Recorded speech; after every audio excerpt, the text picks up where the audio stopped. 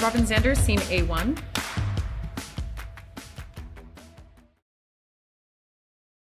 Hello and welcome back to Snafu with Robin Zander. I'm Robin Zander, and today's guest is my friend Bree Groff, author of the new book, Today Was Fun, a book about work. Bree is a longtime colleague and first-time podcast guest, also first-time author. And in this episode, we talk about book writing, the role of AI, what advice we would give Gen Alpha or people just graduating college about work, what Bree is going to be talking about on stage at Responsive Conference 2025, and much more. Wide-ranging conversation with organizational psychologist and consultant turned author, Bree Groff. I hope you enjoy this conversation as much as I did. Let's dive in. Hey, Bree. So good to see you today. Oh, thanks for having me, Robin. So many things I'm excited to talk about. Appreciate you coming onto the podcast. I think something that I noticed when we first got on Zoom, maybe 2 months ago, before your book had launched, was the similarity between the color of your nails and the cover of your book, Today Was Fun. I'm wondering if you can speak to that. Why that color? What does that mean? Yeah, well, so the cover actually was picked by my cover designer, Rodrigo Corral, who's an amazingly talented legend in the field of cover design. So in doing that whole design process, he shared many different options. And when I saw the one with the oversized neon yellow smiley, I remember because it was I think it was 3 a.m. or something.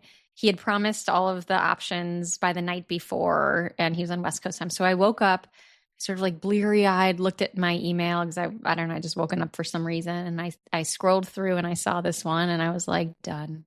I love it. So the color came from him in his studio.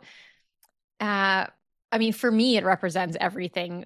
I love that it's neon, but green. There's a little bit of satire in it. It's not your straight up yellow. It's got some edge, I think, to the color. And then when I was getting my nails done, I saw this exact color.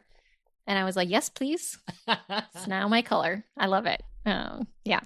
I like what you say about satire. And this is maybe just a self-referential deep cut, but when we did high school graduation photos with the fake bow tie and all of that for this was, 2003. They gave us a bunch of photos and my mom and I looked at them and we both favored one that was just a little bit ironic.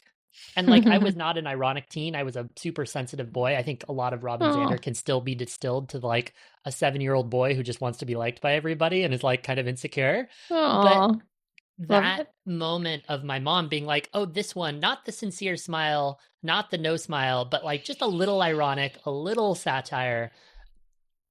I think that really captures both you, and you've said that there's a little bit of your soul in the book. And I think that's true more for you and Today Was Fun than most people and most authors. What is that intersection between lighthearted good humor, which I think you and I both share, but also a little edge, and not a dark edge, not a sarcastic edge, but just even seriously is turned sideways on the corner of your book, as we can see in your background. What is it at the intersection of work and good humor and a little bit of edge that rings true for you? Yeah. Oh my gosh. First of all, I love this question. Second of all, it would have been really easy to write the book that's have fun at work and is just straight on, no satire, smiley face, or it's you.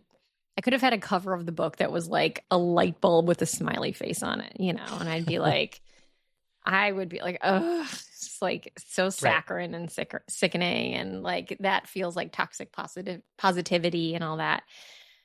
I think it's because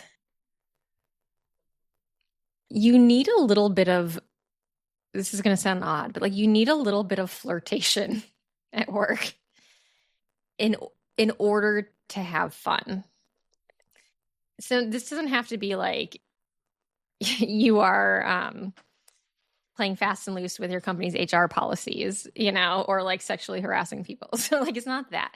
But when you think about like what's the notion, like a wink, when we talk about a wink in design language or in branding, like we use that term for the same reason that you'd think about a wink when you're like flirting with somebody. It's a little bit of subversion, a little bit of mischief. There's a notion of it like, I like you, and also like we're going to have a little secret. So that kind of mischief, like I think that also applies to work as well. And it's very much my philosophy. Like you need to have a little bit of adrenaline at work. That's like, I'm doing this really big project or thing, and I don't know if it's going to work out. I don't know if people are going to like it, but I'm going to try. I'm going to dare to put myself out there. I'm going to dare to be a little bit playful and see if you're essentially asking like, hey, customer, client, audience, do you want to come play with me a little bit? It's all of those things that I think encompass a little bit of, yeah, again, like beware your HR policies and don't make people feel uncomfortable. But it's like a little bit of naughtiness. You need a little bit of that a little bit of naughtiness mischief at work. Yeah. No, I love it. To make it fun. That's what drives your adrenaline of Yeah. like, oh, we're doing some really cool stuff. I have so many thoughts on this. If you haven't read it, and for anyone listening and watching, a great book on this subject is Trickster Makes the World by Lewis Hyde. I'm fascinated by trickster mythology, whether that's Coyote or Brer Rabbit or Anansi. It's fiction, obviously, but I mean, much of this is fiction, but Anansi Boys by Neil Gaiman. Another kind of good look at this trickster, and that edge walking is I think a way that I could describe it, right? I mean, my brand and this podcast is called Snafu, right? Which stands for situation normal, all fucked up, but also has come to mean small misstep, right? Which is fundamentally part of the learning process. I like this idea of fun at work doesn't have to just be childlike innocence. Right. Right. Or childishness, but rather it can be maybe childlike innocence plus mischievousness plus play plus professionalism, right? Those things don't have to be dichotomous, that the way we show up with our friends can be ways that we show up in work, adjusted slightly for the context we're in. Yeah. I mean, I think that edginess is really important. Like it's important for the bravery to do big, bold, important work. It's also important for camaraderie. Like I think probably most people have been in a situation at work where you share a joke or you share something about yourself, and then for a hot second you're like, oh, is that too far? Like like did I say too much, or was I too casual, or but it's usually in those moments that people start to pay attention. It's like, oh, you've shared something of yourself with me. And that's how you make friends, right? Like there's a reason why gossip is actually good for friendship. There's this notion of like, I'm going to share with you at a level that is like 2 clicks deeper than such a lovely day. Q4 is coming up, and you need that in order to create that sense of camaraderie at work. And so I think it all sort of flies around the same idea of there's something you have to go beyond professionalism, like in order to access the most fun parts of work, which are the people and the ideas and the daring to do something really cool with each other.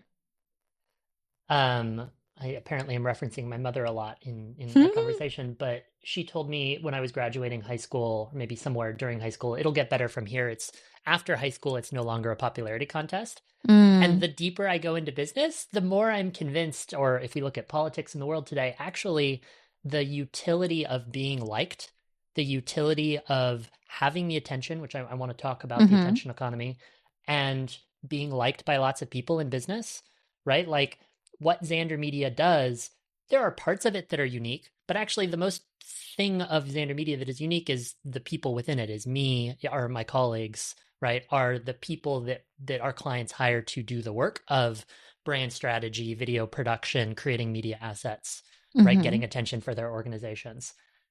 That comes down to, do they like us, right? So in some ways, I think what you're referencing of being yourself is actually the competitive advantage in work, right? Yes. And I think we get it all backwards. Because it seems like, oh, if I fit in and am presentable in a very professional sense, I will be likable. I often find it funny that we use the word palatable. Like, oh, I want to appear palatable to the client. I'm like, oh, you want to chew me up and such that I taste nice while you are terrible. Like, that's terrible. I don't want to be palatable. Like, if anything, I want to be delicious, but but neither. Please don't chew me up. So there's this, I think when we're at our most insecure is when we most feel this desire to fit in. I also know this having a 10-year-old who's like navigating the start of middle school, like this desire to fit in, which in many ways can equate to blend in.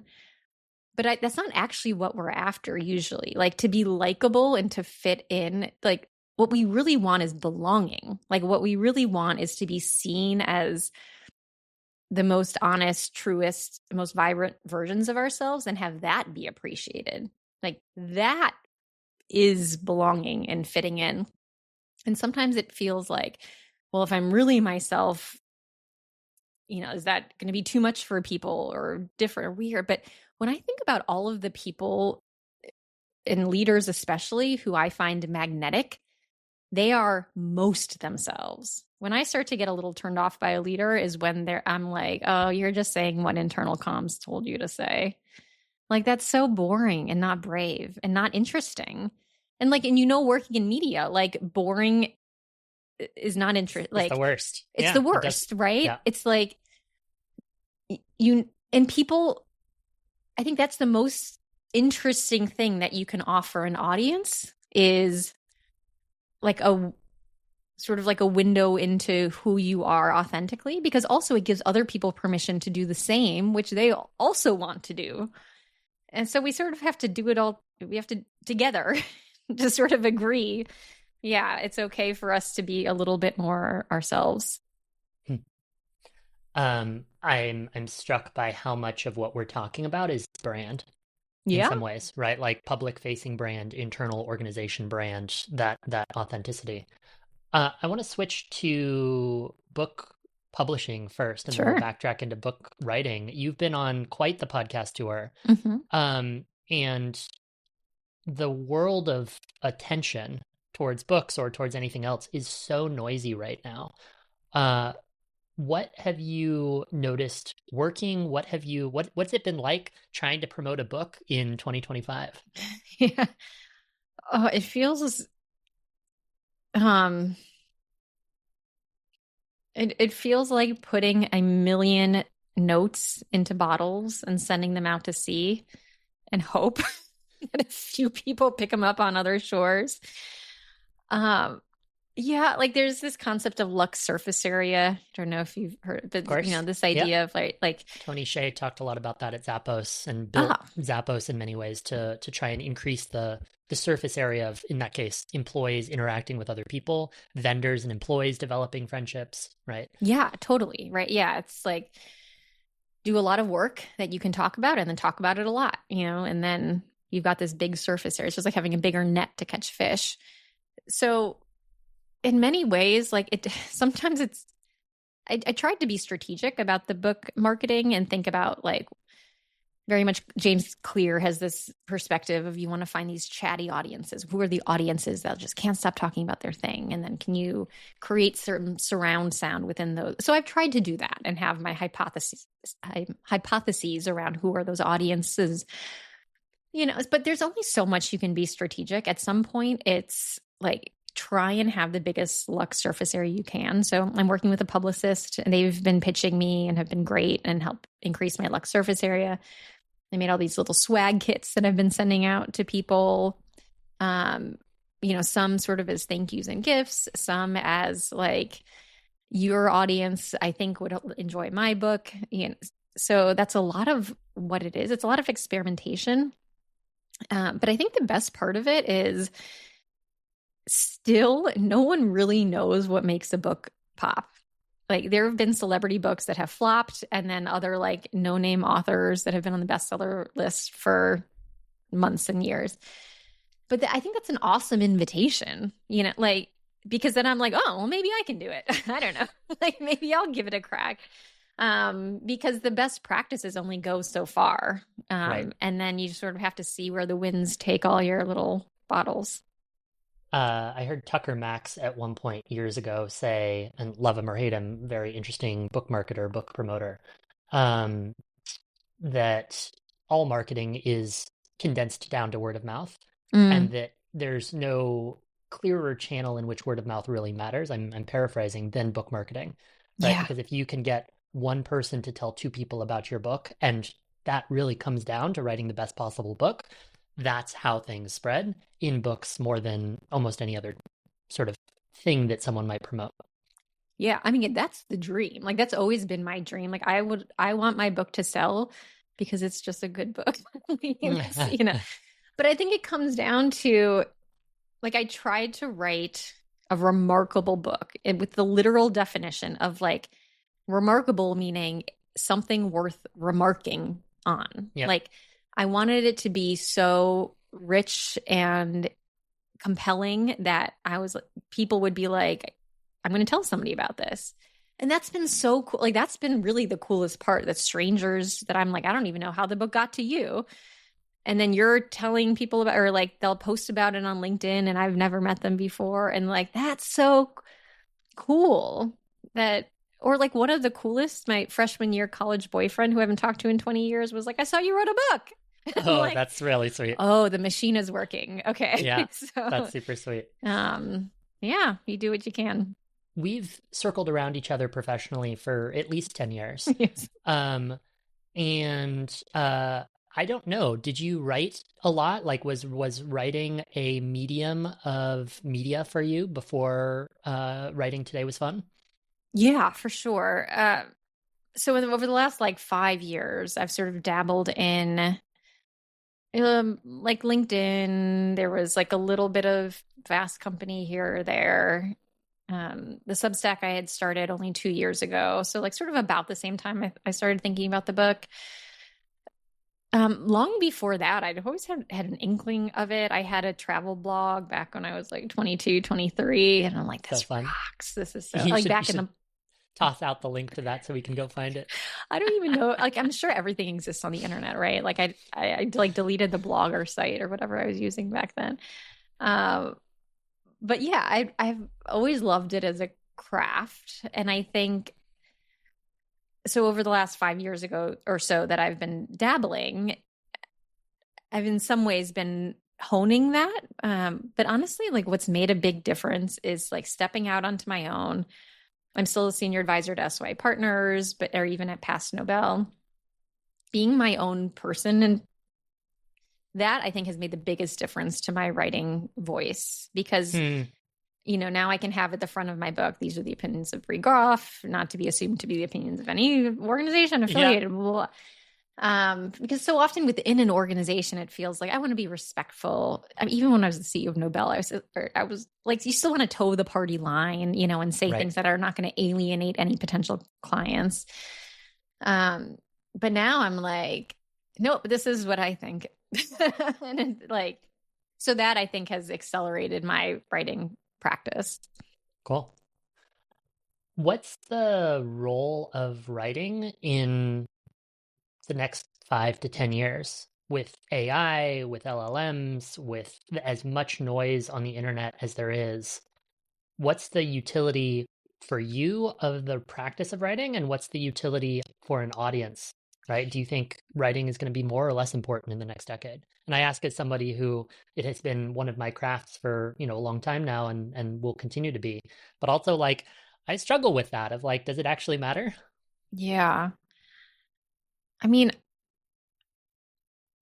I hope it does. Like, I haven't used AI in writing beyond I have Grammarly installed, and sometimes it's like you really screwed up that sentence there, and then like I can switch my verbs around or whatever.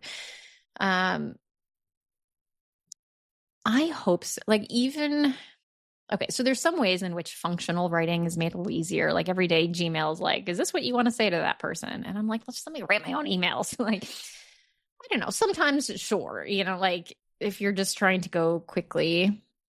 But okay, so if I break it up into like what's the function to the writer, I think there's like I'm very much a verbal processor, either via writing or verbally. Like I need to write, like when I start an article, I don't know how it's going to end. Like I've never been like, oh, let me make my outline. I just sort of like start from whatever hook feels compelling and then I write my way into it. So for me, I think it will always be useful for me to hone my ideas about something. And my God, I hope that's still a useful, like that's got to be a useful, like I hope AI and computers are not, I don't want the robots to think for me. And there's already all this research out there that like when you use AI, that you're not like your comprehension of the task. I don't know, could Google that research, but so I think there's enormous help just like organizing your thinking, because when I'm writing, I'm like, wait, do I believe that? Like, oh no, I don't believe that. Well, how might I change it to, yeah.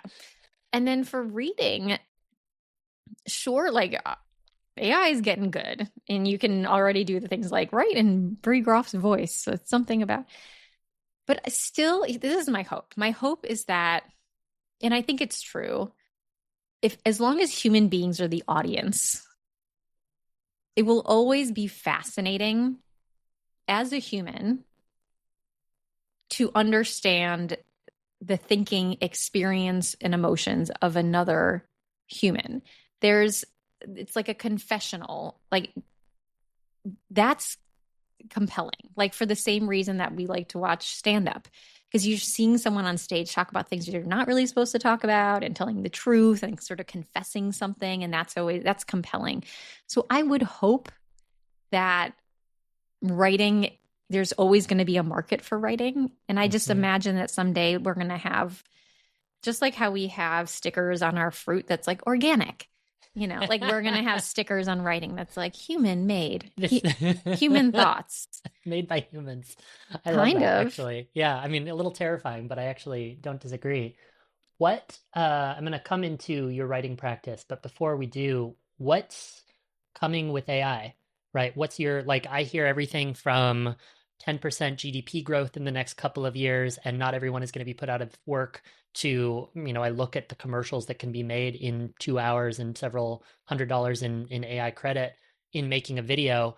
And that's a $200,000 video 2 years ago, speaking as somebody who makes videos for a living. What do you see coming down the pike with AI, both optimistically and pessimistically? Pessimistically, yeah, this is a big unemployment problem. I almost can't see my way around it. I mean, there's the argument, what is this theory? Okay, there's a theory of like as a new technology comes online that's supposed to increase efficiency. It actually doesn't, because people end up using more of the technology and you actually need more people for the same reason like people are still overworking. Or people are still using Javin's paradox, something like that. Great. I didn't know that. Yeah. Good. Yeah. Like the number of people who still pay for AOL online, right? Like there are millions and millions of dollars spent on AOL, right? From the 90s, early 2000s. Yeah. I mean, maybe we'll go back there. But yeah, so there's one argument that like, oh, AI will just create more jobs because we'll just think of more things to do with AI and therefore it won't be a problem. I don't know. I still sometimes have a hard time. I can't think my way to like how we wouldn't pessimistically have like some major unemployment problems. Optimistically, now this is what I really hope. It's like if you think of AI at face value, it's so awesome in that it's like, so we have a burnout problem. Everybody's overworking. Microsoft came out with the Infinite Workday report. People are working nights, weekends are up year over year. Wouldn't it be great if we had a technology that just magically made everything more efficient, like, oh, we could really use that. We're really tired, us humans. Well, in walks AI on a silver platter, like, oh, this can make all these things. The problem, it's like, what we need to do with that is we need to stop overworking people and use the efficiency gains to live happy, balanced, regulated lives. Now, obviously, a business is not incentivized to do that, and business is incentivized to cut the workforce such that their profit is higher, which then takes my brain to, like, what would it take for a government to incentivize via taxes a 4-day work week so that companies then are incentivized to keep their people on, reduce the work, and use AI efficiencies to reduce burnout, not reduce headcount. Mm-hmm. That's my grand hope. Now, I don't know if that's going to happen or not, but a few, some pontifications for you. So I want to poke at that a little bit from your experience writing and promoting the book. Last year at Responsive Conference, we had Alex Pang on stage, who wrote Work Less, Do More, Shorter, Rest, right? A big advocate of a 4-day work week. And I know in my life as an entrepreneur, I'll just go back to, for example, 2016, which was a really formative year for me. I started Robin's Cafe in 3 weeks in mid-year. I started Responsive Conference between February and September. So I was running 2 very different tempo businesses. Yeah, it was a defining year in my life for sure. 2 very different businesses, right? A conference about the future of work and a restaurant with no experience running either business. Like, there's no such thing in that world of entrepreneurship as a 4-day work week. There's an 8-day work week. There's a 100-hour work week.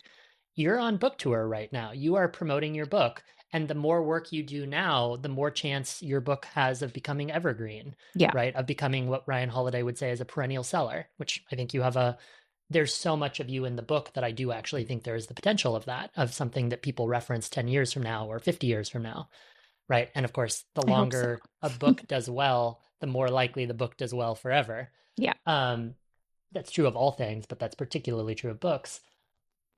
You can't be working a 4-day work week. I mean, I don't think you can, right? I certainly, in my busiest seasons as an entrepreneur, when I'm going from 0 to 1, when I'm starting something from nothing and learning how to do it along the way, there is no time for anything but work. Hopefully that work can be fun. Hopefully that work can be mischievous and authentic and joyful. And it's also a grind. Right? My friend Justin writes a great newsletter out of LA for entrepreneurs called Just Go Grind. And I'm like, that's also true. I'm a big fan of, like, I do my best thinking on long runs, right? Or in the gym or in the sauna at night. But, you know, I'm not doing my best creative work when I'm in meetings. Right. But I need to actually have meetings in order to figure out what my right, or to sell work or whatever. How do you square that? Especially given that you are now an entrepreneur. Yeah. So I think of it as seasonally. For the last 6 weeks, so the book, isn't out now a few weeks. For the last 6 weeks or so, I've been working a ton. Yeah, I've been working at night. I've been working on the weekends, doing articles. That's okay with me because it's not forever.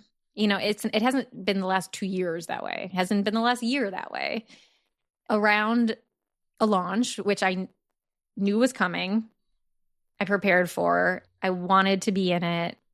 You know, things like my daughter is at a camp where she goes from like 7:30 to 5 every day. You know, like, so I was able to prepare for it, and it's been fun and tiring.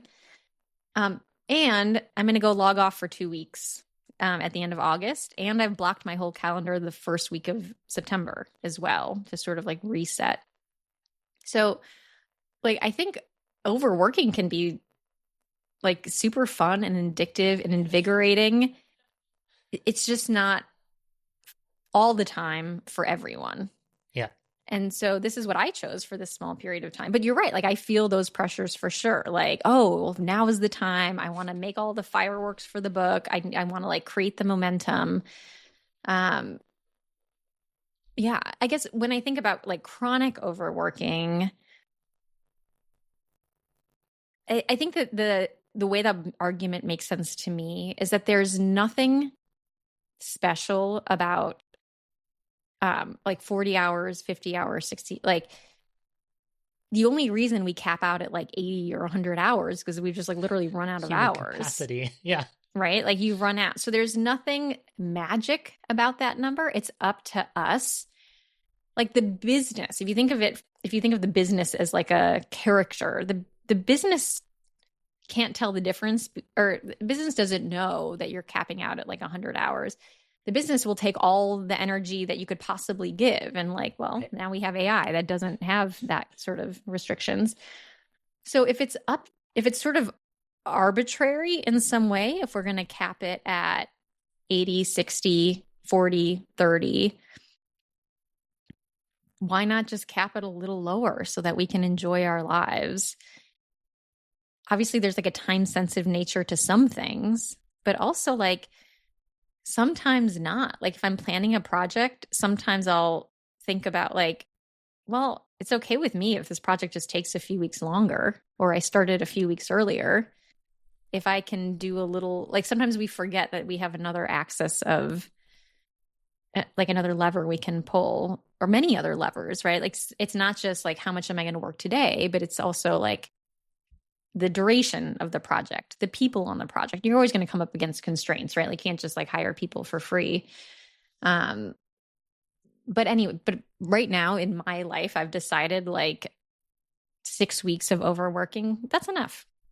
That's good. Yeah. I have a fun analogy that I've never used applied to how much do we choose to work, which is my athletic life. Like I've been a physical addict, we could say, right? I've had a physical practice since I was 8 years old. I walked into a gymnastics gym at 19 and it changed my life. And I've been doing gymnastics every day since then. So cool. A good day to me is a minimum of 2 hours of exercise a day, right? A really good day is 4 hours a day, 2 in the morning and 2 in the afternoon. Oh my gosh.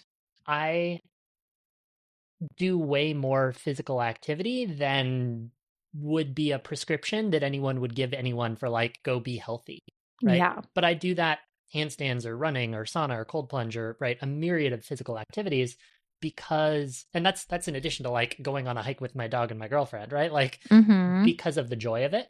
Yeah. And so like, if I come to you and say, actually, my joy this year is to work my tail off to grow Zander Media because that's what I want to do, like, great, no shade. But that's not the assumption of, right, of every entrepreneur ought to work 200 hours a week on their business. For sure. And I think like the great thing about that example is when we're talking about entrepreneurship, like we are choosing, which I think is great. Where it always gets dangerous is when a founder or a CEO is like, I'm choosing to work 80 hours a week and therefore everybody else should too, or that becomes the cultural norm. That I find a little dangerous because the CEO has a different relationship to the business, has different upsides, has different responsibilities, has different, like, it's not the same to expect an employee to devote the same kind of overwork of their life. Yeah. I think that's ultimately what makes it like the good kind of overwork or the like forced labor kind of overwork is like, how much are you choosing? And can you choose differently if you wanted to? And then thirdly, like, do you know the opportunity cost? Because it all comes with an opportunity cost, right? Like you exercising 4 hours a day, like you could have been working, but you choose not to because this is a joyful part of your life and that's amazing. And so same with like somebody who's working all the time, do you know the opportunity cost to your relationships, your leisure, your health? Like, are you making a clear-eyed view about that? Because I think a lot of times people are not. People are thinking like, oh, I'll exercise in 20 years when the cardiologist tells me I need to. It's like, no, no, your arteries care now. That insane year in 2016 that I referenced, I lost a bunch of friendships. I had a bunch of bad breakups. I had no time for anything else. Yeah. And everything else in my life suffered because I was starting these 2 businesses from scratch. There's always trade-offs. Yeah. So Something that's fun, as I read today was fun, is Hmm. there's a little similarity to the 4 Hour Work Week, actually, Mm. to Tim Ferriss's first book, in that mischievousness, in that, like, yes, work hard, define it on your own terms. What is the authentic version of you at work? Which is not the same as the authentic version of me in conversation with my mother or hanging out with my dog, right? But Hmm. what are some of those pieces of mischievousness, maybe advice that you would give a senior director at a global company, right? And when you are as a consultant, as you've been for, more than a decade now, like what are those pieces of that trickster energy, that mischievousness, that authenticity with boundaries, right? Because as you say, like, don't violate your HR, department policies, Yeah. that you advise leaders on how to work differently. Yeah. Probably my favorite example of this. We were working with a company that was going through a bunch of M&A activity. They were like a pretty decent sized tech, not even startup, scale up. The project was around how do we get all of these people through this M&A activity and growth to feel part of one company. So we were going to do this one, or we did do this 1 week of, it was sort of like a all company peps. What do you call those things? We're gonna pep squad.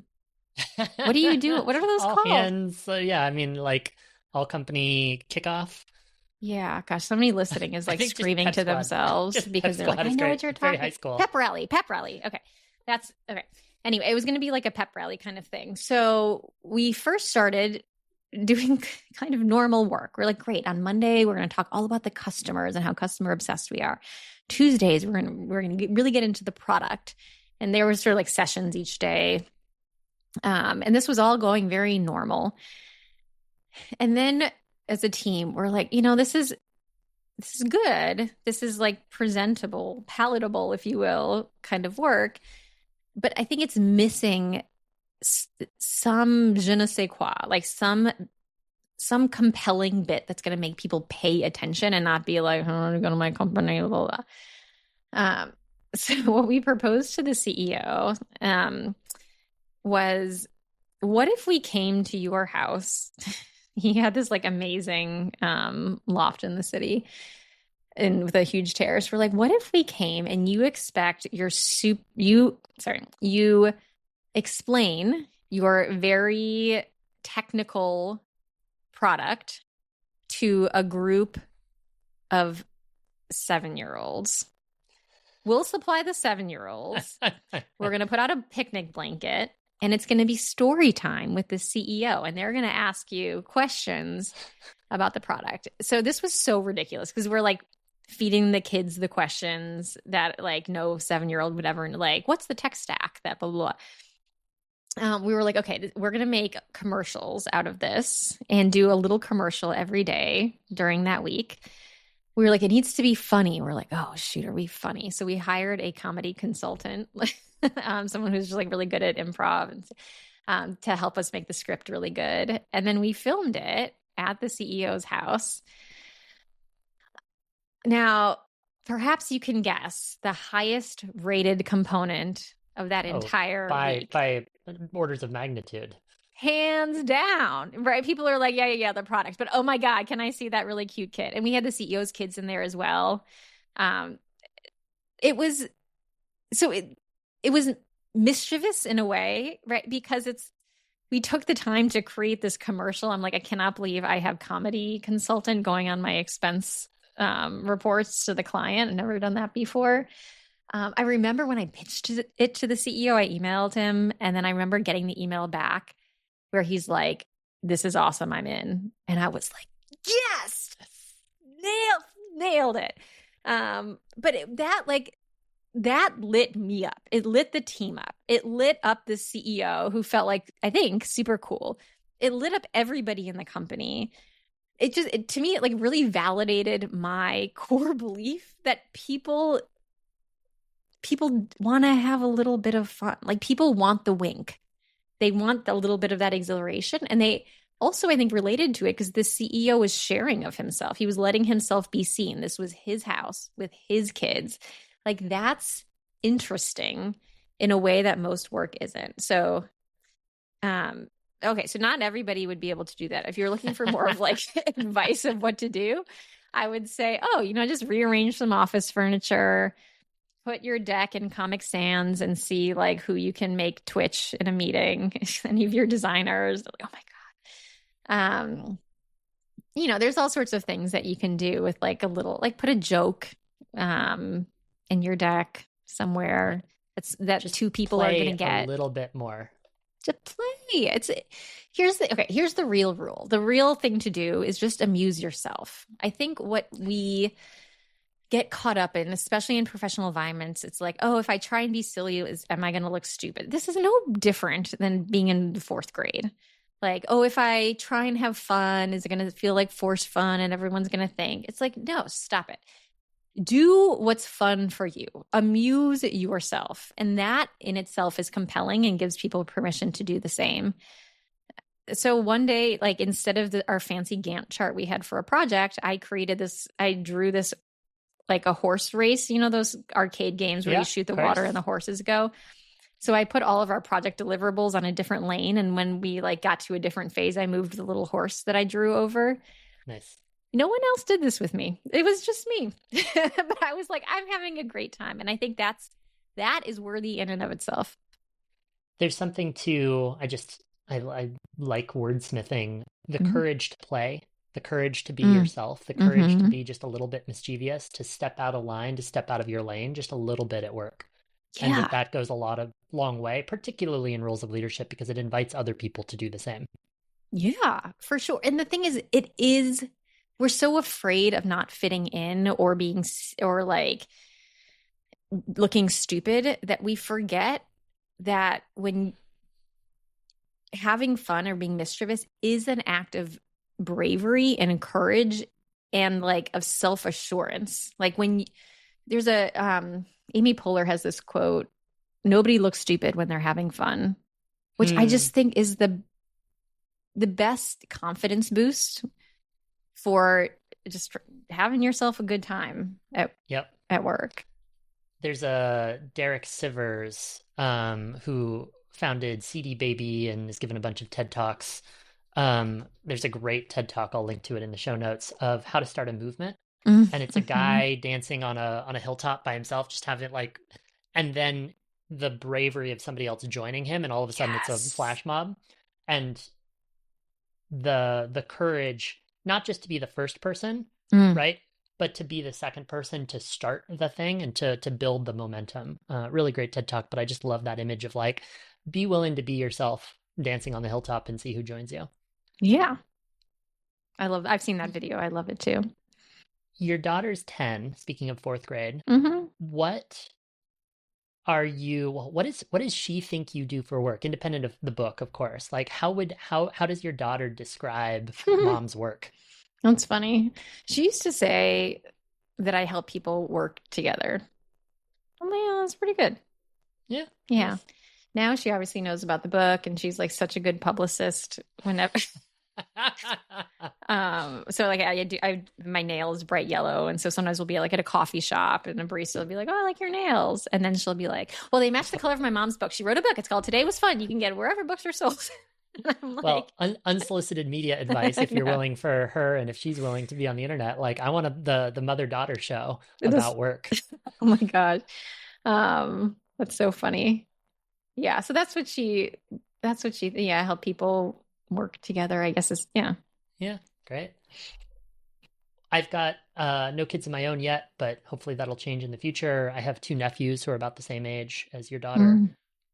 What would they say?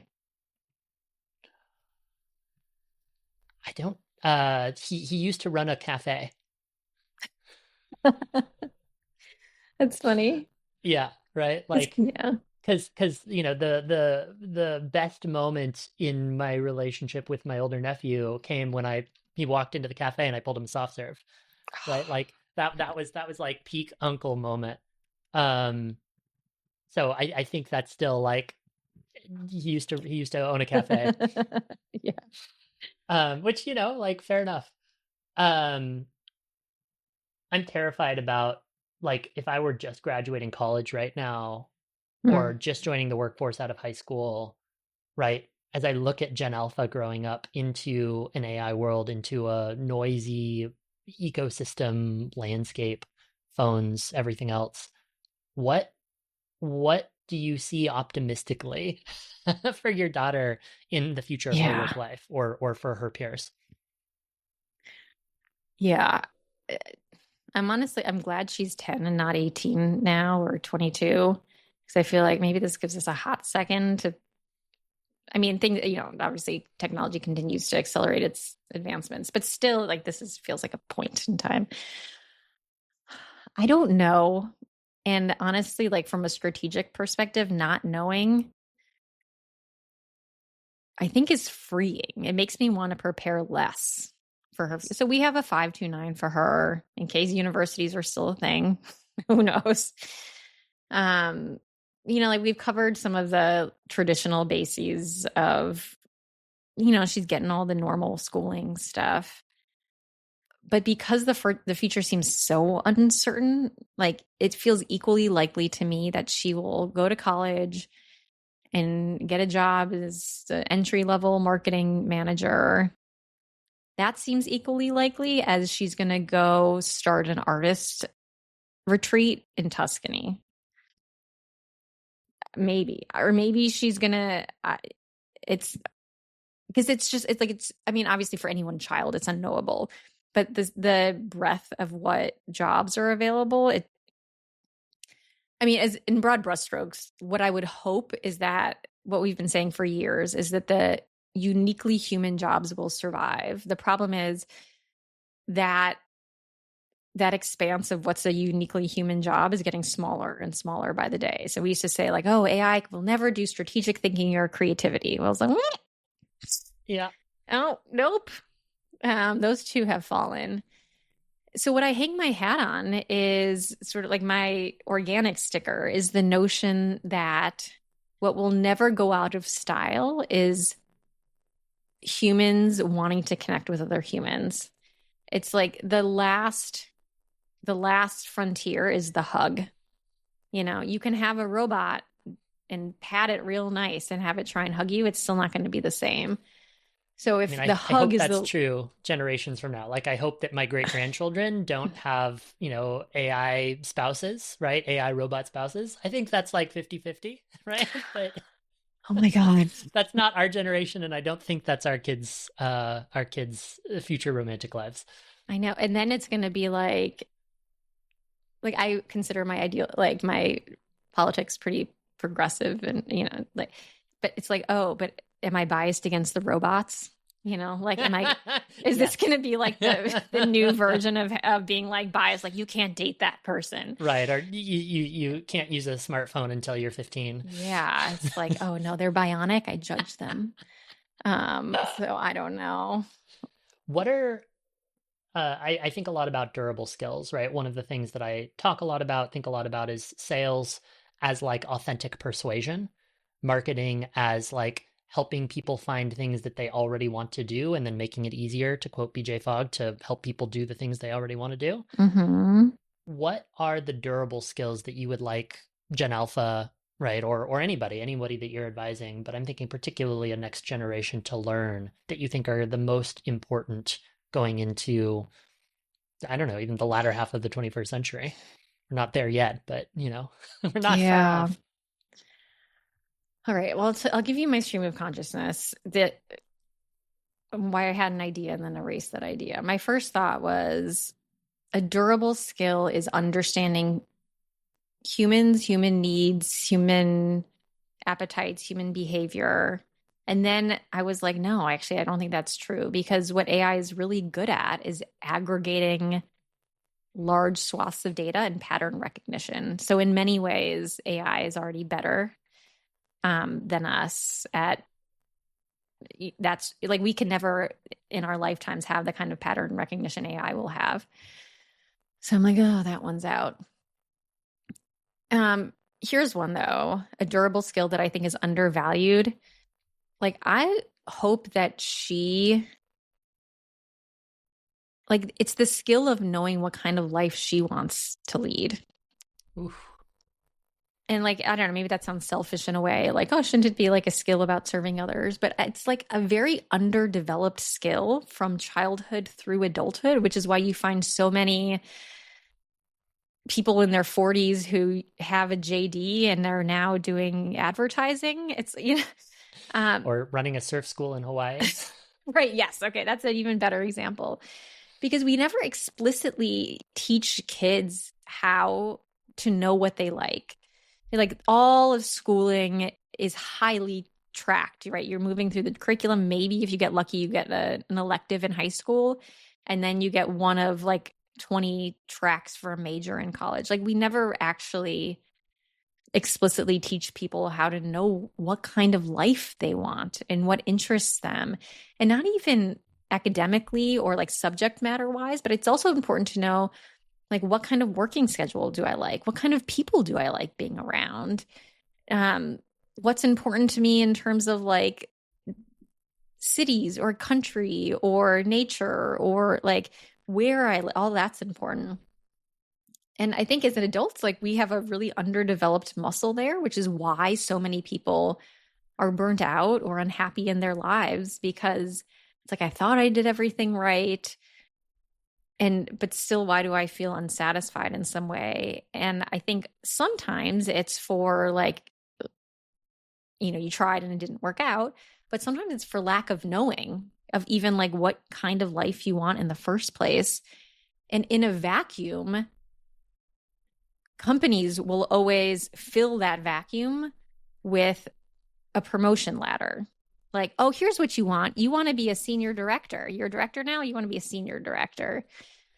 And we don't stop to ask, like, oh my God, is that what I want? Is that the lifestyle that I like? Do I want my boss's job? And so that's what I hope for her. I hope that she has like a really well-developed sense of we live on this beautiful planet for quite a short amount of time. What do I want to get out of it? What's going to make me come alive? And then hopefully through that, what is the joy that she gets from serving others and helping others have a bit better time on the planet? And then that's sort of the makings, the inklings of what a career could be for her. Awesome. Yeah.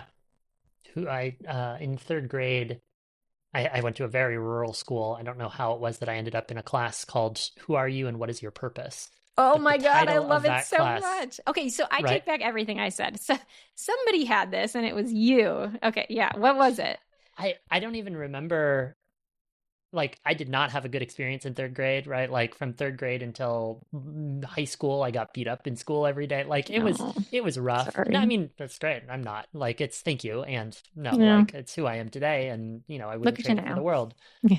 But I just remember the title of that class. And I Mm, love that what you're saying of, I mean, it's really this piece of authenticity and who are you genuinely and what is that little piece of mischief? And there's just a through thread there. yeah. Um, I said I was going to talk about your writing process. What advice would you give me as somebody who has written a couple of books, self-published, right, or anybody who wants to write more? What works for you, especially having a kid, right? Having a Mm. day job, having written this book. What do you know about writing that you did not 2 years ago? Yeah, I sort of stumbled into a process that worked really well for me. And the basis of that was separating the content and the thinking from the prose creation. So, what I did for the book, I did know that sort of the structure and the chapters, and I had a Trello board that I kept with each list being a different chapter. And then over many months before I started writing, when I would sort of have an idea in the shower or come across a quote that I liked or a bit of research, I would real quick just like pop it in a card in that Trello list. And then over many months, I'd sort of had collected all of the content that I wanted to convey. I also went through like my past writing and my Substack and all of that and like fed that into my organizational scheme. And then from a writing process perspective, when it came to writing, what I did is I blocked off like 4-hour chunks in which I had set out to write 1,000 words. And then for a 50,000 word book, I did about 50 of those. And then when I sat down to write, like I had already had the meat there. It was just like disorganized meat. So, but it made it so much easier because then I could sort of weave together the ideas in the order that I felt like made sense. And then I could more clearly think about what's the reader experience. Like, oh, that was kind of a sad, poignant place to go. Maybe we need like a little palate cleanser and something funny, or like, oh, I've been funny for a few pages. Like, I think we need some research and some data here to really ground this. So that helped me a lot, that sort of separation of content and prose. And then also just like the blocking the time for 1,000 words at a time worked well for me. Nice. We're wrapping up shortly. I'm so grateful for you spending the time. What's next in your entrepreneurial journey? Are you going back to SY Partners? Are you like going back to the daily work of being a consultant? Like, you've gotten a flavor now of running your own thing. As Bree Groff, as an entrepreneur, what's the trajectory that you see for yourself, or what are you considering? Yeah, I mean, the short answer is I don't know. I'm having a bit of an adventure right now, which feels great. I can quite literally see through like October, November, and I'm doing some client workshops, some consulting advisory work, some speaking. And so that's sort of like, and then there's continuing to be like media stuff for the book. So I can sort of see that far out. After that, I don't know. Like, I'm kind of excited by the serendipity of it all. I found so far, maybe the best part of writing the book is like, I just have cool friends. I guess I had cool friends before, for any of my friends listening, but now I have like more cool friends. And like when I put my point of view into the world, it's sort of like for the same reason you and I connected after sort of circling each other for a decade. But yeah, lots of things are on the table. So maybe I pursue the whole writing, speaking, consulting trifecta thing that lots of people do. Maybe supporting SY Partners in another way, if their business allows. Or maybe it's an option C, yet to be determined.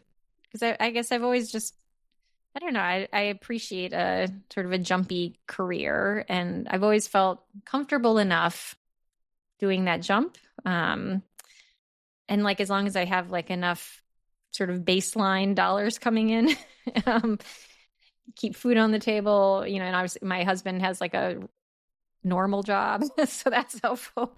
It allows for a little bit of uncertainty. Amazing. Might we all aspire for a little bit more uncertainty in our trajectories, even while, right, hopefully the day-to-day is, somewhat predictable. I know what I'm doing today. I know what work is like this week, but I get to make it up 3 months or 2 years from now. Yeah. Something else I'll say is I rarely see as much of a person reflected in their first book as I see of you in Today Was Fun. And I also rarely see as many people that we have in common that we did not know that we had in common shouting out not just what a good book you've written, but what a good person you are. Oh. And so for folks listening and watching, go buy Today Was Fun, a book about work by Bree Groff. You'll get a little flavor of who she is and also what work should be. And I don't use the word should lightly there. You're going to be on stage at Responsive Conference, September 17th and 18th. I'm so excited that you are going to be coming there.